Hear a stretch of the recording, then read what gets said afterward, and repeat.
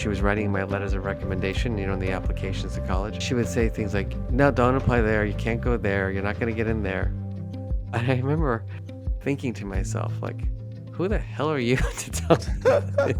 Can we have permission to be happy? Like, everyone feels a need to have a victim mindset right now, and people have been through the most horrific things a human could possibly go through. Mm-hmm. Like being in the concentration camps in Nazi Germany. You do become a victim to your own mind when you start getting in this thinking trap, because you're literally holding yourself back. Welcome to the Dealing with Feelings webcast. My name is Marc Brackett. I'm the founding director of the Yale Center for Emotional Intelligence and a professor at Yale University. Today is a fun episode. Why? Because I got to interview Scott Barry Kaufman. Scott not only is a cognitive psychologist and prolific author, he's also a magician. Today we spoke about his new book, Rise Above, which is all about moving from having a victim mindset to being someone who feels empowered to overcome trauma and any obstacles in life. I just loved our conversation, and I know you will too. Please share your comments about the episode and also subscribe to our channel so that you can learn more about how to deal with your feelings. Marc Brackett, professor. Yeah, there you go, Scott Barry Kaufman. Scott, I'm so excited to talk with you. I was going to say I never really talked to you before, but never really had a chance to kind of dive deeply into your work. So I'm very excited to do that today. Thank And you. It's a true honor to be on your amazing new podcast that I love. I don't know if it's still new anymore, if you would still classify it as new, but thank congratulations. you. Yeah. And I think we go back 22 years, 23 years. I can't even fathom that. Because full transparency, you were a grad student, right? When I started at Yale, and you, was it TF'd or TA'd was it my emotional intelligence or my personality class? I TA'd multiple of your classes. I believe I also TA'd Intro to Psychology and your personality. Oh, wow. Yeah. And now you've written like 4 books and run around the world talking about all this stuff. It's pretty cool. Oh, well, I was going to say now I'm a full-time professor at Columbia where I teach intro and personality. So it's, the circle of life. That's awesome. Although we can talk about university life working another time. Sure. Anyhow, well, welcome again. And I'm excited to talk about your new book. And just, it's so up my alley because, obviously I'm teaching children, the adults who are raising them, these skills to help them manage their emotions and live the lives they want. And I think that your book really gets into a lot of the reasons why, in many ways, education, parenting has failed kids in terms of their healthy development. And so let's just start firstly got to get into the feelings piece. So, it is April 2025. What are your top feelings these days? There's a certain placidness to my inner life that I am celebrating. I feel like I've overcome a lot. I think when a lot of people answer this question, they don't answer it as selfishly as I'm going to answer it. Like, it's Sure. almost like people feel a need to answer that question with like, oh, well, the world is burning, and so I'm burning, and I don't know. Why are we not allowed? Can't we get permission to, I mean, I use the word. I use that phrase for a reason, but I think you may agree with me is that aren't we? Can we have permission to be happy? Like, do we have to? This is a message in my new book as well. Everyone feels a need to have a victim mindset right now, and I don't have one. Mm-hmm. I think it's true. From the field of like emotion regulation, like you could spend your life only thinking about like all the systems that are messing us up, and like you just Correct. go lost. You get lost in that one. Correct. And I think also based on what you're saying is that you can compartmentalize a little bit. Like if I asked you like, how are you feeling about politics? How are you feeling about what's going on at the university where you're working? You might I'd have a have lots different of response. thoughts. Yeah. Yeah, that's right. Oh, absolutely. But, you don't have to take on the world. You don't have to take on everyone else's problems. I mean, I have an overprotective Jewish mother where I just would spend way too much time in my life taking on her own issues, as my issues. But you don't have to do that. Like that was a radical Uh-huh. thing for me to learn, is that you're allowed to set boundaries. You're allowed to. And you're also, I don't know if I would use the word compartmentalize. I don't know if that word is the right phrasing, but you're allowed to work on yourself and develop healthy coping mechanisms.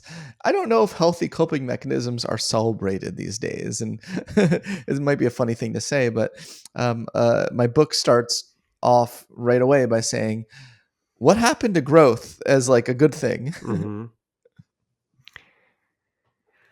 Well, we think similarly. We Yeah, do. as you know, this is not my book's coming out in 6 months, but it's all about healthy regulation and coping. All right, let's jump into it because time is the stuff that life is made of, and we don't got that much of it. I'm really curious, and I normally start off in different places, but with you, I'm going to go right for it. So I've read your book. I really enjoyed it. I think that you're Really? um, coming at it from an important perspective because as a psychologist myself, running around the world, getting people and talking to people, I'm constantly hearing, the word trauma. I'm hearing people, everyone is anxious, Mm. depressed. Statistically speaking, it seems a little impossible. Mm. And so I want to put this into the context of the work that we're both intimately involved in. We'll call it positive psychology, well-being, emotional intelligence, your work on intelligence. And so we've had about 35 years from my perspective of like a lot of conversation around growth mindsets, positive psychology, well-being, you know, school-based programming, which is what I do. And so like there's this massive growth of research on emotion regulation, massive growth of implementation of programs, and yet you look at the data. And the Surgeon General, our former Surgeon General, puts out there's a crisis of loneliness, there's a crisis of anxiety. And so, Yes. what's your take on this? That's a lot. I mean, there are a lot of things a lot of words you used just now that covered various things. I think it's worth having granularity about this is I learned this from Professor Marc Brackett, that when describing emotions, it's worth distinguishing, getting as specific as possible and labeling it properly. So anxiety is not the same thing as fear. Is not the same thing. You lumped all this stuff together, and Hmm. it is so worth it. Distinguishing between all these things. So we can talk about anxiety. My colleague Jonathan Haidt just wrote this book called the Anxious Mind, and about children, and how they're so anxious in this generation, and how social media is a big culprit of that. Um, I would say that in addition to the anxiety thing, there's sort of a vulnerability of uh, that's being celebrated, and it's interesting. Like I remember back in my college, in my high school, when I was applying to colleges, it was rewarded to talk about college essays, to talk on college essays about how you had horrible things happen to you, you've been through a lot, and what you've done to overcome it. And now you get into Ivy League colleges by just saying you've gone through a lot, Mm. and period. Everyone's so scrambling for the quotas and for the, let's get you in if you're whatever, this, that vulnerability, that I fear we're not rewarding as much agency. And and I think that that's what we kind of need to put back to this youth, is the Hmm. idea that there's hope and there's a future, and you don't need to spend your whole life talking about that one thing that happened to you when you were 3. Yeah, I think you know you make a good point about that. And I was giving a speech the other day in Canada, and people kind of questioned me about the whole world of trauma. Mm. And, it's controversial because you have so many people saying, that we have to acknowledge trauma, we've got to work through our trauma. Um, and I don't disagree with that. But at the same time, as a person who was sexually abused for 5 years of his childhood, which is pretty traumatizing. Yeah. Um, I've worked towards not viewing myself as someone like I don't see myself as even a survivor of trauma or sexual abuse. I define that piece of my life, and it was traumatic, but I kind of put it where it was, acknowledge it, but don't allow it to define me. And I feel, That's it. what are your thoughts about this trauma defining life, or Well, just that's it. defining? Well, you nailed it. You nailed it. I distinguish between a victim mindset and a empowerment mindset.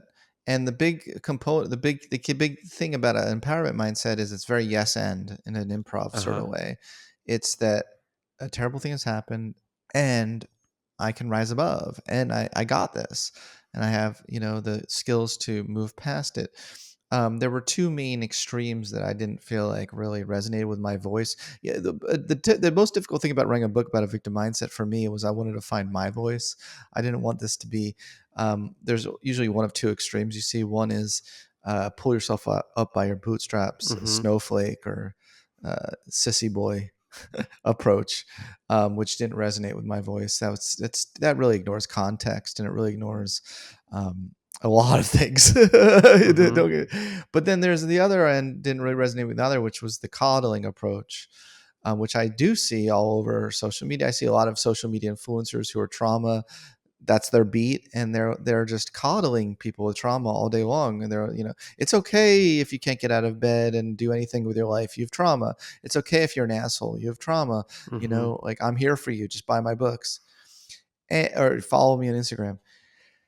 And I was like, nah, I don't know. What can I call my vibe? And so I called it honest love, and I argue, yes, you may have had a traumatizing experience, and that's the validation part, which is what I think is love. Love is validating, Mm-hmm. someone's real felt experiences, not neglecting them or denigrating them.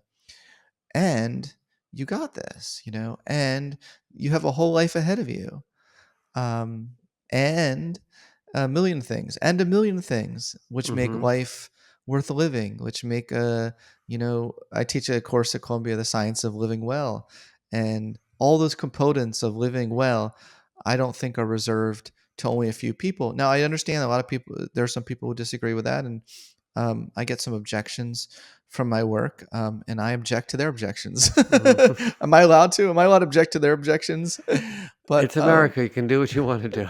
but I appreciate, I appreciate criticism, I appreciate views, but there's some people who have argued, Scott, the principles in your book, it's what about black people? They can't do that. I'm like, what are you talking about? Like that's crazy. Like you're saying that like there's no hope for like black people can't like have hope for the future. Like they can't. I mean, I believe in the higher potential of all humans, regardless of your skin color, where your background is, whatever you've been through. I mean, I've heard stories, and I talk about some stories in my book of people who've been through the most horrific things a human could possibly go through, Mm-hmm. like being in the concentration camps in Nazi Germany, and having an empowerment mindset. It's not. I really disagree with this idea that it's only accessible to some people and not others. Mm-hmm. Well, what do you think are the conditions though? Because it doesn't just happen, right? Yeah. And so like we're both, psychologists who know that we're not born this way. Mm. These are There are skills, there are systems that need to be in place. And so, what's your prescription for people going from the victim mindset to the empowerment mindset? Well, you're asking. It's interesting. You're like I focus on psychological things you can do, not system-wide things you can do. So I wasn't sure if you were asking about a system question, which is not really what my book addresses. But the question is like from an individual agency point of view. Um, I talk about, all these emotions. I have a whole chapter on. I'm curious what you thought of the emotions chapter about don't be a Yeah. victim to your emotions. Was it fair? Yeah. I mean, I think it was. I think you're right. People, um, like, for example, anxiety, people, I'm an anxious person. I don't think that's helpful, right? I think Right. that you're feeling anxiety right now because you're perceiving uncertainty about the future. Yeah. And as you know, people, a friend of mine, Tracy, who's a professor at Hunter, does research on, if you have a mindset, well, we get anxious about the things we care about, then all of a sudden you're like, oh, so I'm feeling anxious about my work because I actually really like my work and I want to do a good job. Oh, wow, that's cool. That's interesting.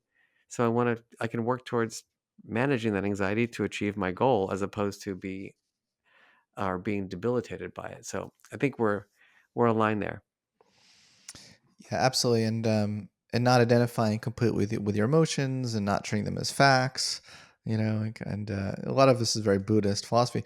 But yeah, I have a whole chapter on things you can do to distance yourself and not be a victim to your emotions. See, the thing is, when we talk about a victim mindset, we often talk about being a victim to the world at large. But the spin here in my book is that I have 5 things that we become victim to within ourselves. Mm-hmm. And I really think those things go underappreciated because we're so focused on pointing our finger and blame on the Jews, Mm-hmm. or whatever group of, the Jews have a history of that. I don't know if you knew that, but I do. I'm Jewish too, remember? yes, I know. Um, but whatever group you just the Republicans or it's the Democrats, we are so focused on pointing the finger, we can neglect and forget that there are a lot of things we're doing to holding ourselves back. And the spirit of this book really is human potential and self actualization. So I have the chapter on all the ways we're a victim to our emotions. I have a chapter on all the ways we're a victim to our own cognitive distortions. Mm-hmm. I really believe you are a victim to your own mind when you are not seeing things clearly, when you overgeneralize, when you catastrophize, Mm-hmm. when you the big one for a victim mindset in particular, the cognitive distortion that's a big one, is seeing malevolent intent in ambiguous stimuli. If you go around everywhere, Right. from like Starbucks, you're in line and you're like, oh my gosh, there's a huge line, everyone's against me, I should be at the front of this line. You smile at someone and they don't smile back, and then you take it personally and say they're all against me, as opposed to like, this person has their own life too.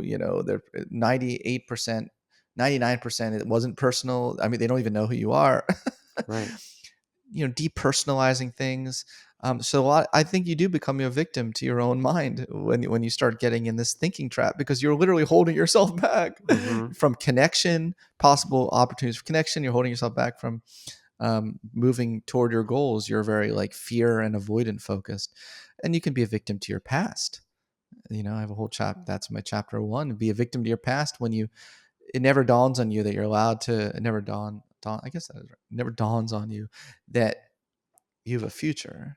Mm-hmm. And Irving Yalom, the existential psychotherapist, said, sooner or later you have to give up all hope for a better past. Mm-hmm. I love that. Mhm. Let's dive into your development, if you don't mind. You made a comment, that you were raised by an overprotective Jewish mom. I've met your mom. Who I've you've met your met. father. She has a big heart, though. She has a Yeah, big heart. and I met your family, Mm, and it's they're true. lovely. You met my grandmom. I did meet your grandma. Oh my God, I'm going to cry. Oh my God, that was a long time ago. Yeah. Um, and so, Scott,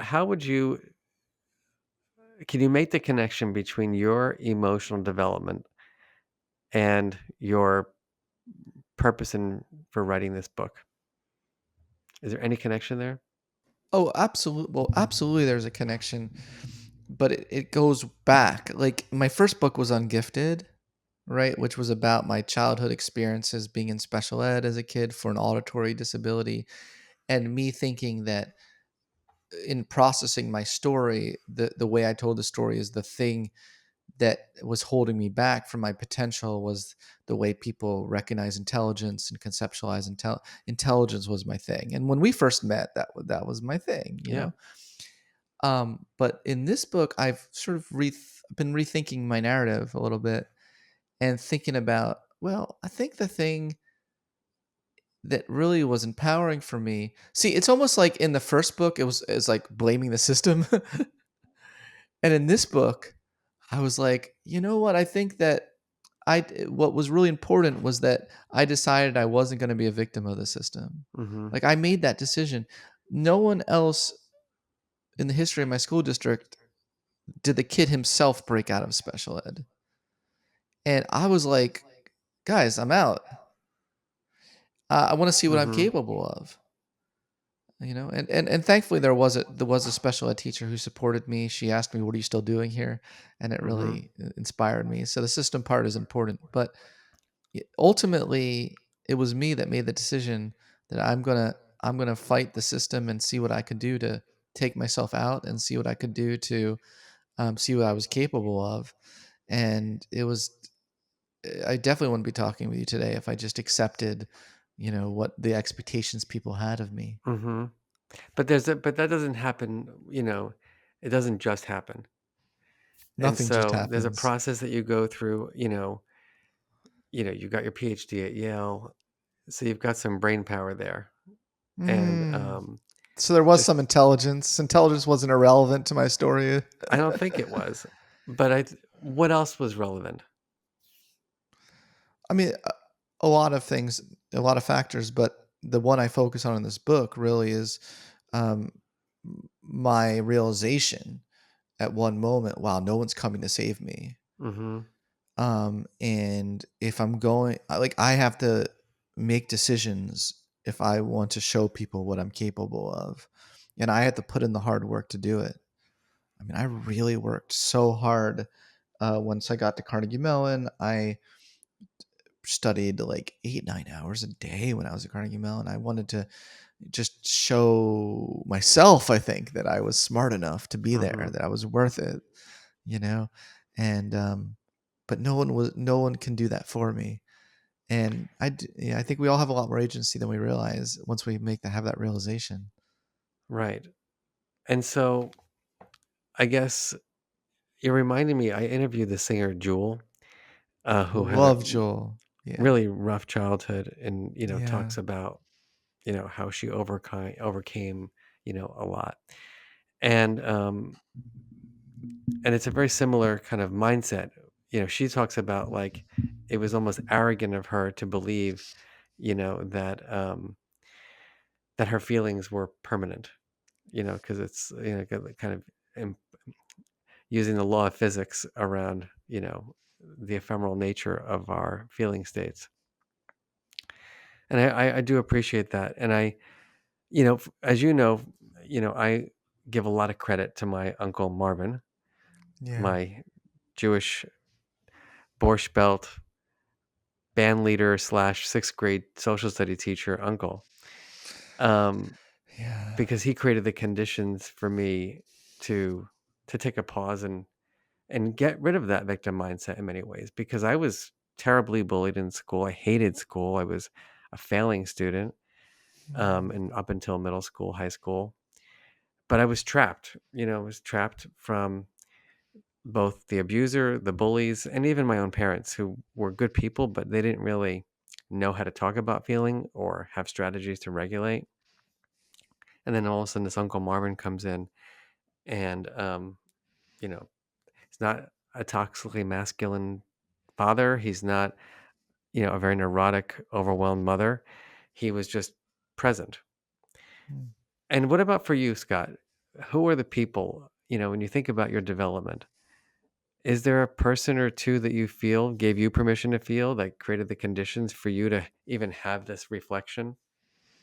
Well, definitely this special ed teacher in ninth grade who took me aside and said, "What are you still doing here?" Mm-hmm. But I never actually saw her again. It was just one interaction. She was Isn't that covering for amazing, the. though? It's amazing. She was covering for the main teacher that day. She had never seen me before either. And I was taking an untimed test in the special ed room, and I was like, I think I might have said like, I have the rest of my life to take this test. What's the point, And if it's untimed, anyway. But yeah, I've had so many mentors along the way, and people who've really supported me and believed in me. Once I got to college, Ann Fay, my cognitive psychology teacher, I told her I was like, I want to go to Yale, like, and study intelligence.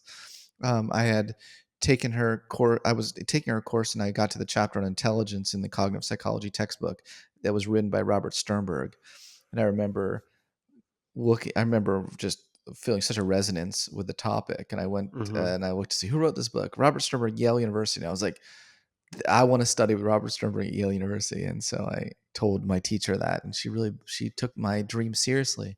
That's a big difference between those who are growth enablers and those who are growth squelchers. We'll Mm-hmm. call it, is taking dreams seriously versus quote be realistic.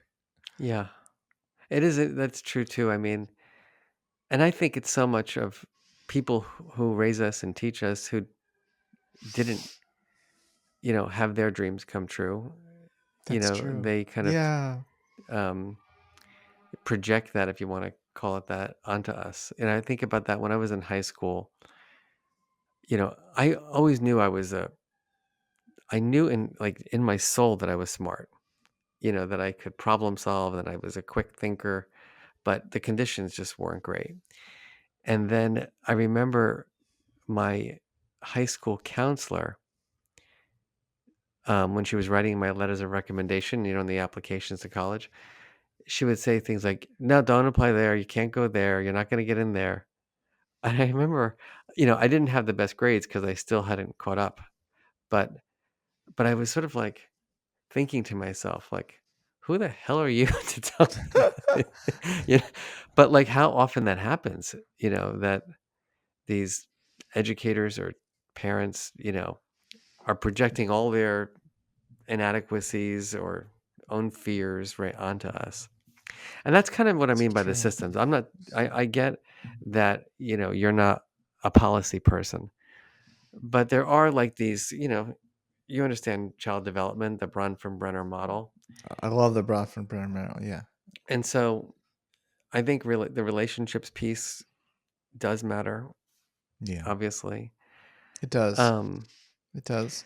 so what are your But top, go ahead, please. but my book is also arguing against the notion that the conversation always has to go there. Like, I feel like there are people who have like a neurotic need whenever anyone talks about the individual and psychology to say, but what about the systems? Yeah, yeah. It's almost like a tick, Uh-huh.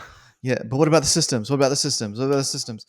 And I wanted to make the point: life is what you make it to a far greater extent than you realize.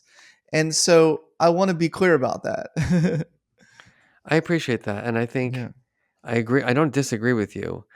I just think that the system, meaning whether it's education, all these things that you're talking about in your book around cognitive biases, victim mentality around feelings, you know, dwelling on your past, like without any positive role models, Yes.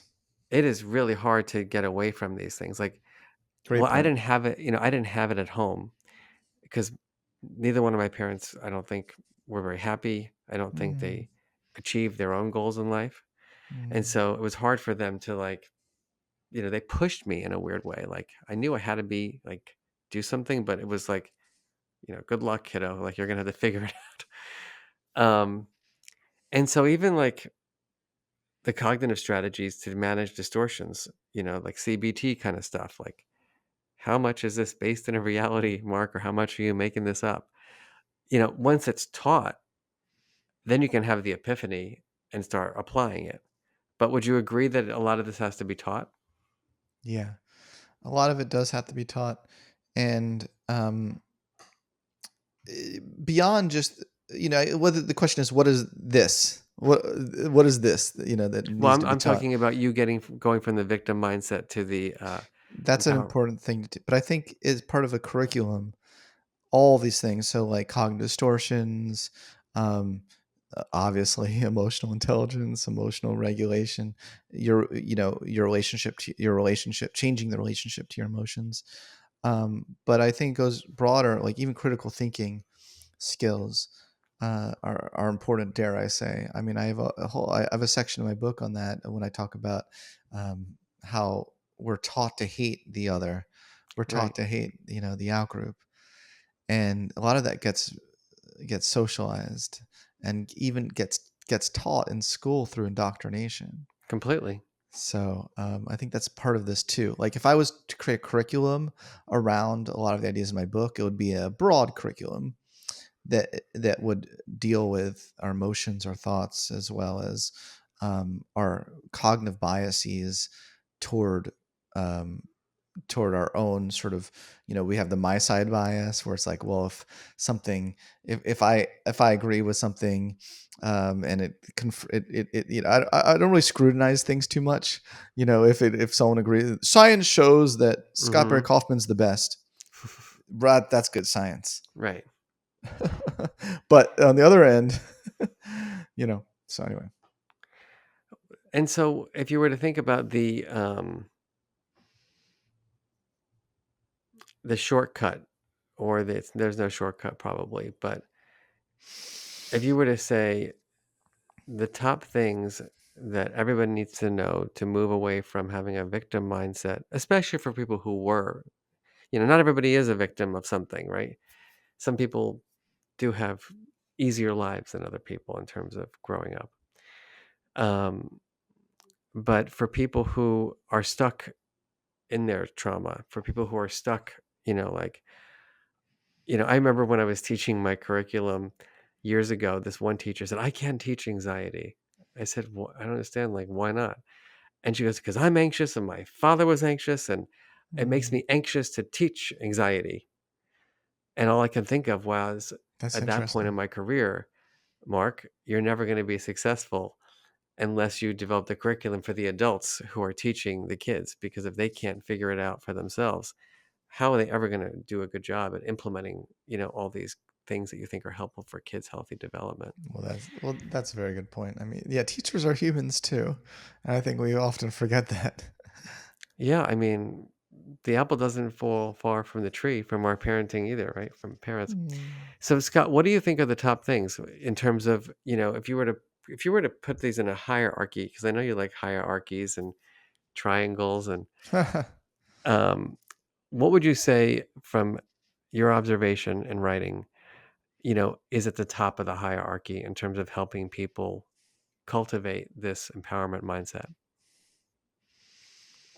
Well, I think that would start taking us into positive psychology territory, or I call it human. I like humanistic psychology better than positive psychology, but that would take us into the part two of my book, which is how can we help students find the light within themselves. Mm-hmm. How can we help them lead with their character strengths, lead with their values, um, have a clearer sense of their future and what they want to do with their lives? Only half of the book is about all the things holding us back. The other half is really about all the things that science suggests that we can do to refocus our consciousness on the parts of us that aren't broken. Not all parts of us are broken. Mm-hmm. And when we identify 100% completely with that one thing that happened to us when we were 3, we strip so much agency away from us, but also we're selling ourselves short, Mm-hmm. of our full human potential. Um, so yeah, I would do mindful. I really like exercises for mindful character strengths, identification as well as use in everyday life. I think that students can constantly be encouraged to find new and challenging ways to bring their top 3 character strengths to any task. Mm-hmm. Like math. Like how can you bring humor to getting through this assignment if that's one of your character strengths? I mean, Mark, you had me in stitches when I was TAing your class. You're such a funny. Are you still a funny teacher? I mean, we'll see. I'm older now, so my humor is not as relevant. I wonder what it'd be like to watch you give a lecture now, but you were I was just in awe of your just you were an excellent teacher as well. Appreciate that. But I think you brought your character strengths into it to be an excellent teacher. You didn't like lead with like I was sexually abused when I was. Do you know what I mean? Do you know what I mean? Like Yeah. it's not like you led with that, right? And in every class, you're like, oh, everyone, let me tell you one more story about my horrible childhood. I mean, you found what makes Marc Brackett so awesome, and you've been doing it through your books and your I mean you do it through so many different avenues, but I think like why do we have to wait for adults to process all their stuff and Hmm. to start that process and go through 25 years of therapy before a human is allowed to discover what sort of calling they have within themselves and what sort of character strengths they want to bring out. So that's a big message in my book. I think that's so important because when you think about what the first half of your book does to people's immune system, Hmm. to their self-esteem, to, their ability to build and maintain healthy relationships, it really takes away from it. And Yeah. so why do we think, and this is the whole going back to my earlier question around, why have we gotten to this place where we know so much, but yet people are still not doing so well. And I think a big piece of it is going back to something you said. I'm going to put it in my language, kind of the quick fix thing. It's like Yeah. every Instagram, person is like, I'm going to throw my anxiety out the door. Just come jump in the cold plunge, and your life is going to be perfect. It's true. Um, and then the second is something I think you'll appreciate, which you know you really speak about too, but is just prevention versus intervention. Like we are just we like to spend a lot more money, you know, it, keeping people in prisons, in that extreme, or, in, dealing with psychiatric illness, if, when these things metastasize in terms of, our anxiety, depression, and other mental health problems. And so imagine a world, right, where you're teaching the things that you're talking about. You can do this. I do this, by the way, in preschool. Hmm. Kids in preschool sing songs about being the best versions of themselves. Really? Totally. They call it, they even use like superheroes, their favorite superheroes, and they think through like, we have a thing called the meta moment. You might remember it's a tool for self-regulation. Yeah. And part of that tool is pausing to see your best self. Oh, I love that. And as a pathway to choosing the best strategy. And so like 4-year-olds, their best self is kind, their best self is caring, you know. And I was and actually interviewing a fourth grader, and he told me his best self was hardworking, determined, and selfless. And I was kind of blown away by that, that a fourth grade boy would use the word selfless. And I Yeah. think going back to your other line of research, creativity, like we grossly underestimate the creativity that kids can bring to this work in terms of giving them the opportunities to reflect on it. This opportunity to reflect on it is important, and I'm a very yes and guy, and I would say and giving them opportunities to experience it. Yeah. Um, I love matching programs. People. You said role models earlier. I mean, Mark, I couldn't agree with you more on that one. And you included that as part of the systems, and I was like, okay, fair enough. When I hear the systems thing, I get a little like because it often gets political fast, Mm-hmm. and I don't like that. But when you take it from the abstract to the concrete, like we need more role models in the community, dude. Like Yeah, or that a is superintendent, in a school yeah, district says, 100%, "Yes, we're going to do this. Like I'm committed 100%. to making sure kids learn these things." Love it. Yeah, no, I love it. And the point is here that should be apolitical. Like what like Completely. though like that's something like I love finding things that like we all can agree on that kids could use. And I'm with you on that. Although And Scott, yeah, just I want yeah. to jump in for a second about this because I'm curious on your take. You're not as kind of like immersed in the social and emotional learning space as I am, Mm. obviously, but that has become highly politicized I know it's become highly politicized. to the Yeah, point where I'm aware of people that. I am are aware of saying that. things like, you're Yes. brainwashing Yeah. kids to think a certain way, Indoctrination. indoctrination. You're turning over child development to teachers and taking it away from parents. I have seen that. Yeah. So that's true. Actually, yes, the whole social emotional learning field has become a hot button political topic, and I think that's just so unfortunate that it's become a political topic. Um, it is so obvious that kids need help with Yeah. social emotional learning. That should not be a partisan issue. So what would you say to the given all that you've done in your career, what would be your, your inner meeting with, a group of people who are saying, I don't want this stuff in my kid's school. You're indoctrinating my kids. Well, I believe in an unconditional positive regard and inquiring kind of conversation. So I'd have a lot of questions for that person. What do you think that social emotional learning means? Would you object to a program that did X, Y, and Z, and give a concrete, sort of explanation of what is being done? Um, I don't know. I feel like I'm kind of good at this. Like when Yeah. I talk, like I've been in situations with people who've been on the defensive, and through a conversation with unconditional positive regard, I've been able to at least have them leave feeling like they understand better what's actually happening, versus when this stuff gets politicized, it becomes this abstract like thing, and suddenly it's like a victim mindset. Suddenly, they're the problem. The social emotional learning experts are the problem. It's like, let's blame all our problems on the social emotional learning Right. experts. It's like, come on, like let's really get down to what are they actually doing. Now, which programs would you object to? I imagine that if I had such a conversation, I could find some common ground of some sort of things I don't agree with. Off the top of my head, I can't think of anything, but I'm sure that there might be things someone might say. Well, I don't want my child being taught this, and I could see a universe where I'm like, find some common ground with them and be Mm-hmm. like, okay, well, fair enough. And just so you know, I personally in my curriculum don't include that. That's not what Exactly. I mean by social emotional learning.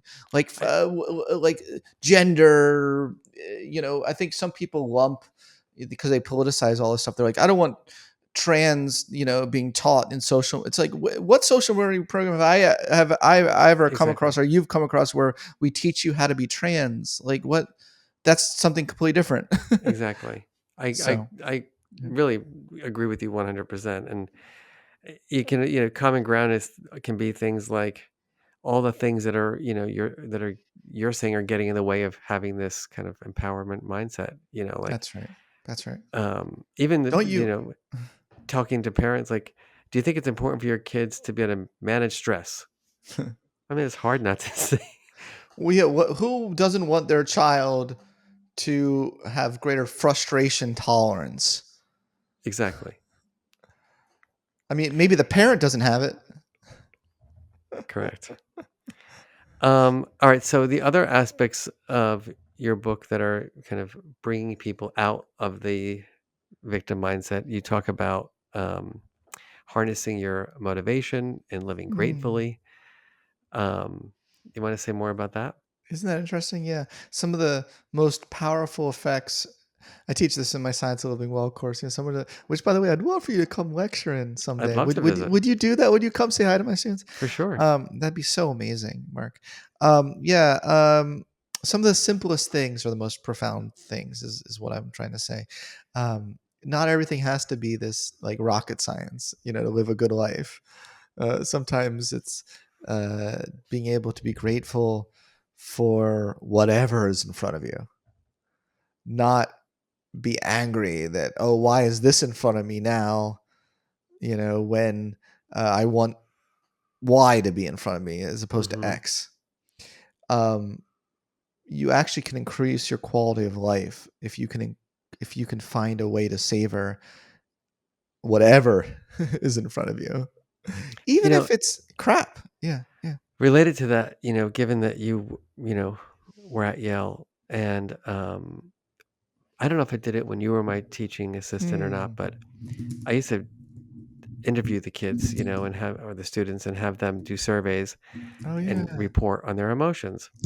And they all said they were stressed and anxious and overwhelmed. And then when I had them describe the reasons for their feelings of anxiety and stress, the kind of, you know, going back to like the appraisal process that they were going through had nothing to do with uncertainty, or too many demands. It was all actually around envy, Hmm. because they were just, everyone's richer than I am and everyone's more successful and everybody can study faster than I can. They were just all that. And so I went to the counseling center, and I remember joking and saying, what's our university's envy reduction program? Because, we wanted simple things like everybody's going to do downward dog and it's going to reduce their envy. And that's when I really started to push my students who, like, objectively speaking, I think you would agree, having been at Yale, it's a pretty good life. It is a very, yeah. Oh yeah, agreed. Yeah. And so, like, can we just take a moment and like look around the room? You're like sitting next to some of the most incredible Yeah. students in the world. You are, learning from amazing professors. But just have some. Can we go? Can we move away from kind of the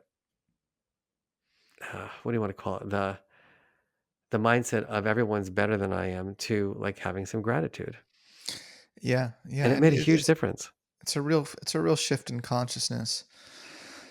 And it really changes everything. I mean, you can always compare yourself.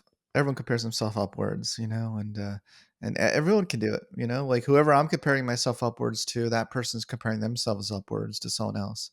It's a never ending turtles all the way up. I just made that up. Turtles all the way up. Do you get it? But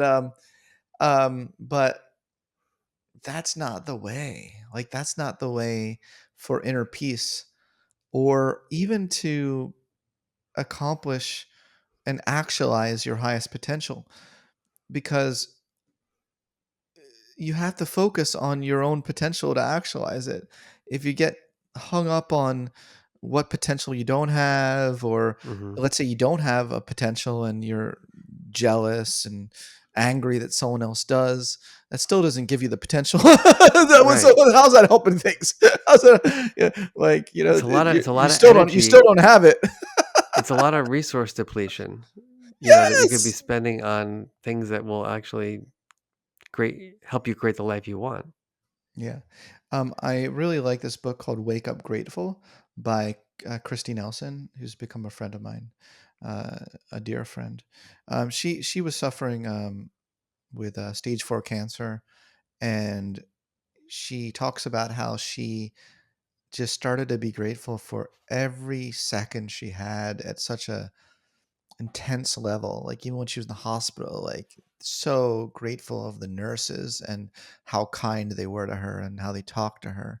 Hmm. And um, she's still here. She's still alive, and um, she talks about how she now applies these principles to everything in her life, and she has all sorts of exercises that have transformed my life. These are not like, oh, that's cute. No, no, no. To be able, I'll give you one right now. I'll give for free. I'll give the audience. It's called changing your obligations. So instead of thinking yourself like, oh man, today I have to do this on my to-do list. Today I have to do this. Change it to, I get to do this. Hmm. So instead of to-do lists, we should have I get to do lists. And I like mean, little, you can feel the yeah, difference. I mean, I felt it in my yeah, body just thinking about, like, it's like all of a sudden my posture got better. Like I felt higher, up. yes. And it really, it changes the vibrational frequency of your being, right? Yeah, to put it in a non-scientific way. But man, I just think that we underestimate. We think it always has to be these big, monumental changes in order to be.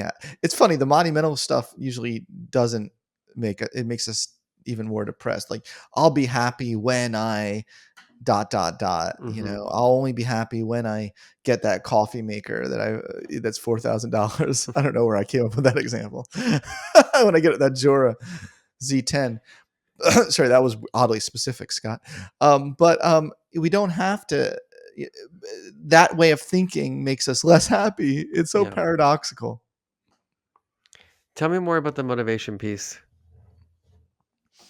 And that's tied, yes, to the underdog chapter. Those are two separate themes, so I'm glad that we teased them out as you just did. So there is some really cool research showing that being rejected is not always a bad thing. There's this idea that um, that being a minority, I find it a very disempowering idea. Like being marginalized, that's the phrase I'm looking for. If you're a marginalized individual, it, it's like really saps your motivation because people are always having low expectations for you. And yet, this research by Samir Nur Mohammed at Wharton, and I've been talking to him quite a bit when I was doing research on this book because I loved his research so much and I wanted to integrate it into this book. What he found was counter to that. Counter to that, he found that a lot of marginalized individuals, when they're told that they can't do something, they actually outperform everyone else because they have this motivation. Well, I'll show you. Mm-hmm.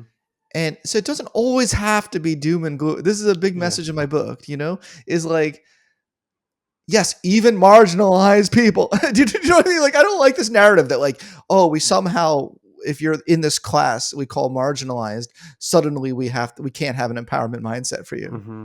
I don't like that, Mark. Yeah, I don't think it's helpful for any group to have. Completely agreed. Completely agreed. It's that over-identification with that one element of your life. And also, by the way, I think that that when we over-identify with one aspect of our identity causing us That's to right. not be successful, we could be overlooking the actual real cause that may be something quite different. Oh, well, that's exactly right. Yeah, but that's a little controversial, but that's exactly right. Yeah. But it's can be true. I mean, it can Definitely. be poverty as opposed to race. It could be race as opposed to poverty. It go either way. But without exploring both, we're I think taking risks in terms of making sure people achieve their goals and dreams in life. Yeah, and yes, I agree. There's also just a philosophical notion of like there everything is multi-determined. Your consciousness is plucking one thing out, and you're like, that's the cause of why I'm not successful, or but the truth. So it's not just philosophical; it's also scientific. The scientific truth is that there are so many causal factors in a whole system of things so you never really know Yeah. what. So stop trying to figure it out and who to blame. This is the point. Stop trying to spend your whole life trying to find who or what to blame, and move forward with the life that you want to live. Start moving in the direction of the life you want to live. So your last chapter, it's funny because I start my book off with imagine a world where people like have these attributes that I talk about. It'd be And then I beautiful. end it with, I have to think about what I call it, but I think it's vision realized. And I think in many ways you end your book, with a call to action Yes. for a society that Yes. has an empowerment mindset. So I'm going to push you because you are thinking systemically without even knowing it, maybe. Great. Yeah, that's great. I'm Um, not anti-systems. Yeah. yeah. Or I changing mean, systems. right. The more people that are surrounding the children that we're raising who have these mindsets, the better Hmm. able these kids are going to be. So now I'm going Absolutely. to, what's That's the that? last chapter. Yeah, that's the last chapter of my book. Empower yourself, empower the world. But I talk about how it starts from within. Yeah. And so now we have to wrap our conversation with a big Oh question, no, I which could is, talk to you all day long, Mark. it's a couple years from now and a Hmm. couple million people have read your book Hmm. and people are moving away from a victim mindset Yes. to having the empowerment mindset. Yes. What is different about the United States of America and other countries that have taken this seriously? Well, there's a change in attitude and spirit toward um, toward the future of human lives and the possibilities that children can have. There's a field called possibility development. Mike Nicola. It's a little known movement, a field that I think should be a movement. But he's not really out there, like me and you are. But I think that's a shame. I always really liked that phrase, possibility development, and I think that would be a key thing that would be different, where we focused our language and our systems and everything on the possibilities versus the victimization. That's a pretty good world. Hmm. I think so. Scott, awesome. But let's just do one more piece about making sure that people can find you and your stuff. So, Scott, people are going to definitely want to learn more about you and your other books and your just everything that you have going on. So, what's the best way for people to find you? The best way for people to find me is through my website, scottbarrykaufman.com, um, thepsychologypodcast.com, which my podcast. You can read my books. And if you go to Columbia University, take the Science of Living Well or one of my other classes in the 2025, 2026 school year. Yeah. Awesome. All right. Thank you. Thank you, Mark.